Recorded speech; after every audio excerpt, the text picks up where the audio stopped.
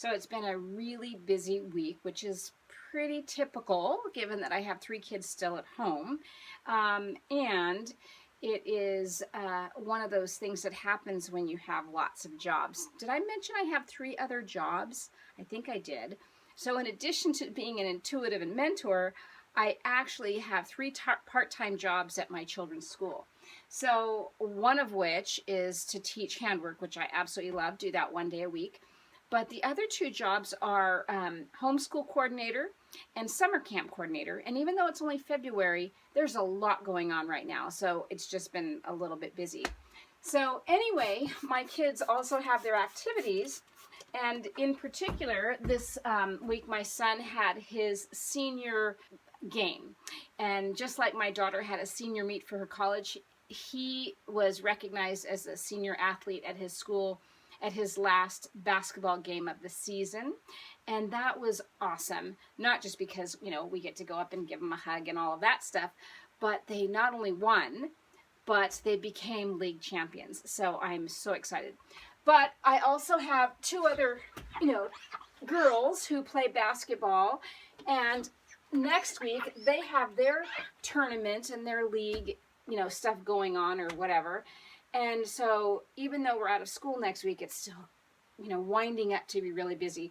So needless to say, I have no time to even pay attention to my house. So I thought I would do a little housekeeping today and, working with my work as a spiritual being, right? Now, one of the things that's always just felt like a pull in me is how can I be both this spiritual person who has information that I really want to bring forth, and how do I just do my momly duties? How do I do this everyday stuff? And sometimes it happens in segments, and sometimes it has to be sort of intertwined in some way, some creative way, and sometimes I just can't keep up with either. So today I thought I'd share a little bit of information with you as I clean my house. So let me finish my window. I'll go inside and we'll talk some more. What I will say is that as a child, the thing I wanted most when I grew up was to be a mom. It was everything I played, everything I pretended, everything I desired. The second most important thing, interestingly enough, was anything to do with having and being magic. That was like something that I wished for at every birthday. And what I see is that on a soul level, I came in to be this teacher, to bring in this vibration to a planet that was changing, and to be a messenger of whatever it is that I'm here to bring information about, right? About a new way of being, about a higher way of living, about ascending and still being a human, right? But it was as if my condition was, okay, I'll go do that job, but please, please, please, I'll only do it if I get to be a mom, for my personal pleasure, for my yumminess of having a life experience. And of course, I won't say that doing the spiritual work is difficult and being the mom is the easy stuff. In fact, both of them can be blissful and both of them can be challenging.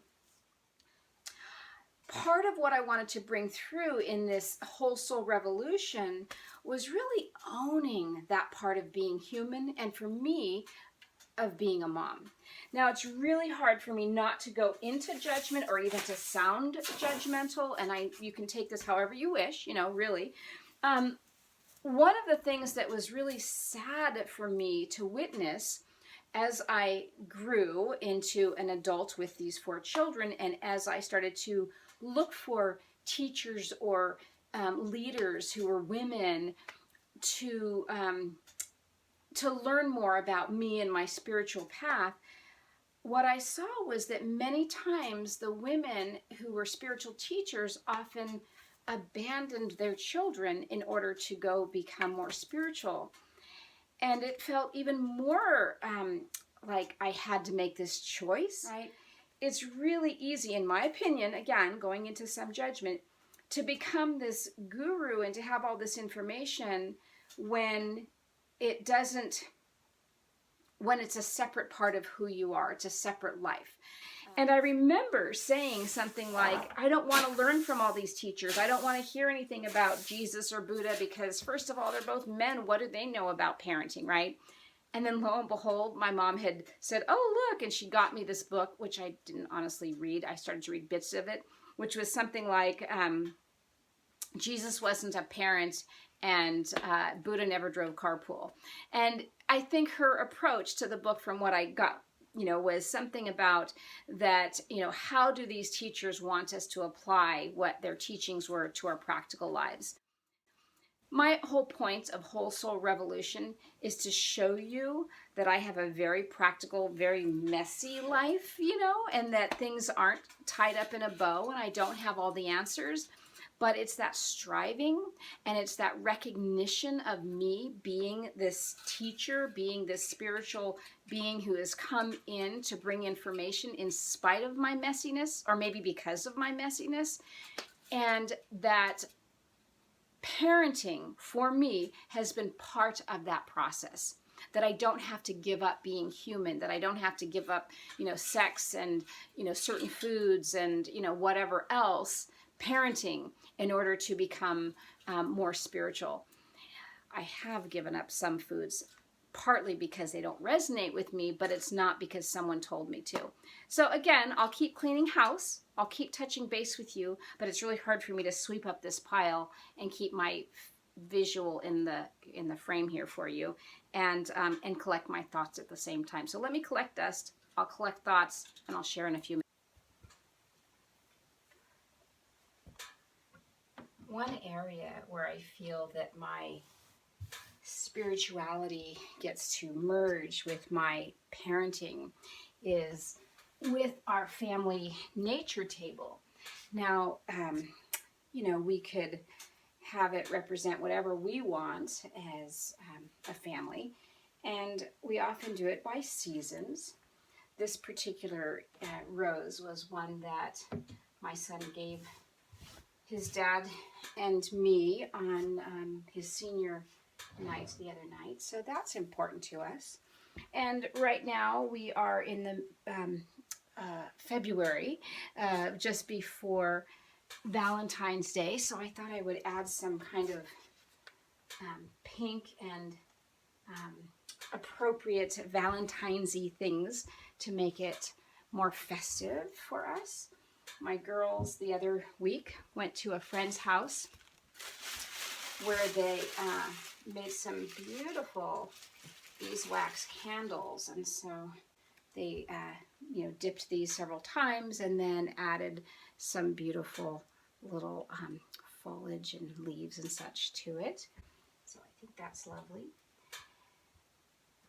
And one of the things that makes it a little bit frustrating for me as a mom is that, I so wish I could bring more of this festive stuff into my children's lives, that I could, really be there when it's Halloween in a way that's like, yay, I get to make 4 costumes rather than pick something out, hurry up, don't spend a lot, we've got the party's in a half an hour, and, that kind of thing. Or even looking forward to, the day after the holiday, because then it'll be over, right? But when I can slow down and have these little moments, I absolutely love the sweetness in them, the sweet spirituality in them, the sweet simplicity. So, these are the things that I can offer, imperfect as they may be, to my children, to my whole family, where we celebrate the things that are sweet and important to us in these really subtle ways.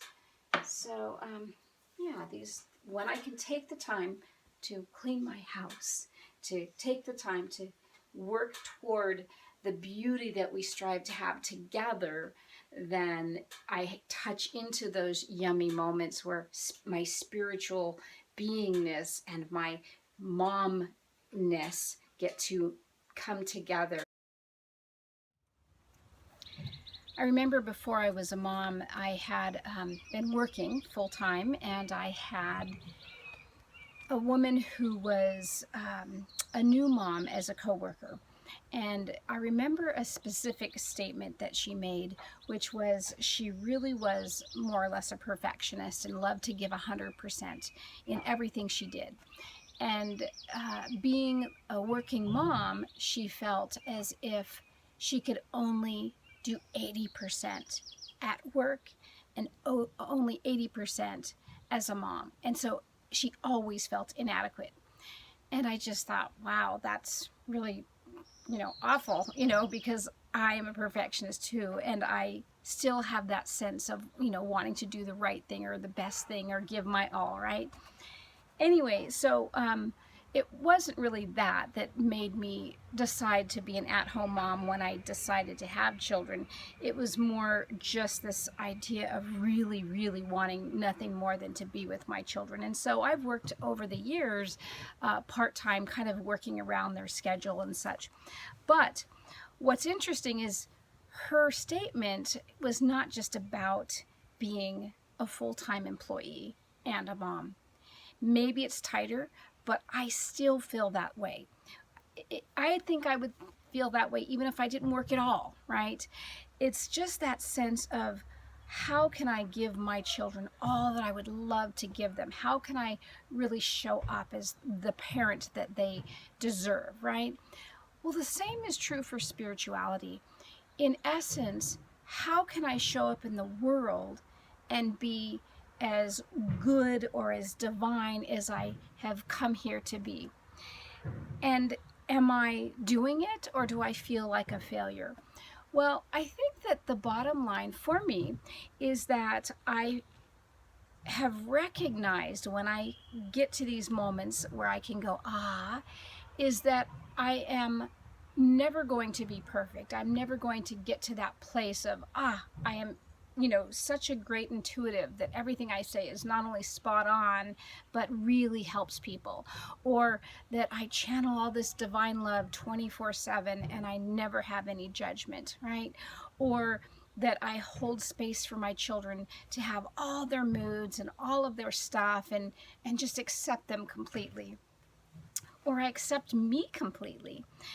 And all of those are strivings, right? And that's one area that I've been able to just soften in. That if I can't be always giving 100%, or if I feel like 80% isn't good enough, or maybe if I feel like, hey, 80% is better than 50%, or at least I'm this, that, or the other, what's sort of sustained me is this belief and knowing that I am striving. That as long as there's that place in me that says, I'm doing my best, and even when I don't do my best, like even if I'm not pushing forward and making it really happen in a certain way, that is the best I can do in that moment for whatever reason. And when I can be more gentle with myself, then I can soften and not worry about percentages, not worry about how good of a parent I am or how good of a spiritual being am I, or any of that. It can just be a soft place to rest in and just allow me to be me. So the thing I see is that we could have stayed angels and stayed up in the heavens and not had a life experience. We could also choose to ascend, as these spiritual human beings to a higher state of consciousness, which is basically love consciousness. So I'm really not any particular religion. I've never been affiliated with any kind of religion. And for me, spirituality is simply coming into who we are through the heart and feeling connected to the oneness that we are. That's my definition.